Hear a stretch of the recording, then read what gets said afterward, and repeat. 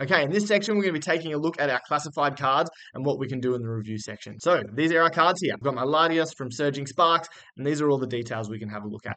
Over on the right here, a lot of these are really similar to all the bulk settings we took a look at in the last video. We've got our foil holo that we can set, especially good if we have reverse holo cards. We have our condition, which we can again set. Our grade, if we wanted to set a PSA graded card, we can do that here and then use the drop down box to set the grade.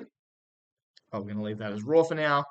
We've got our image source. Now I can explain this a bit more clearly here. So when we're uploading these cards to our website at the very end here, if we were to choose your image, this image here is the card that's going to be uploaded to your website.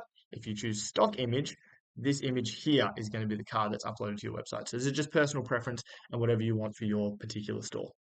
We have our quantity. So if you have multiple of these cards, you can set your quantity to multiple. And then we have our pricing. Now, as I showed in the last section, we set our bulk pricing for $2, but obviously this card isn't worth $2. And we have a few features that help you price your cards much quicker as well. Our first one is our eBay sold. So if I click this yellow button over here, it's going to open up a new tab, which will take us to the recent solds of this card. So we've got our Latios here, and if taking a look, we can see that it's roughly selling for $40 to $70, so we might want to price it up at 60.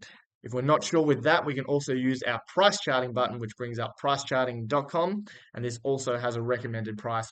And again, we're about on the money with that $60 there. This is also really great for graded cards because it'll let you see the graded solds for these cards as well. Now, our AI is about 95% accurate, but it doesn't always get it right. So we have a few things that help review and change your cards if the classification is wrong. The first thing is our alternatives. Our alternatives is the AI's next best match. This is not a great example here because we have the card right, but if I'm to click this drop down box, it'll show me the next best matches for this card. If that fails, we just have our straight up search where you can just search our database of cards for any card that you like. Nice and easy, nice and quick, you can replace the incorrect card. The next thing we're just going to talk about is a little bit of workflow. So as we're working through these cards, there's two ways that you can go about it. Firstly, you can take a look at each card, put in any details you might want to press, and click the approve button for each card. Alternatively, you can take a look at each card, leave them where they are, and then use the big approve all button down the bottom. When cards are approved, they move from our draft tab over here to our review tab over here. I can see all the cards that are in there. If for whatever reason I don't want to take through any of the cards to the next section, all I need to do is return it to draft and it won't come with us. Once we're finished up with all our cards, we're going to hit the submit reviewed button. There's two options you can do it. If you've approved all of your cards, you'll get a big submit review button here.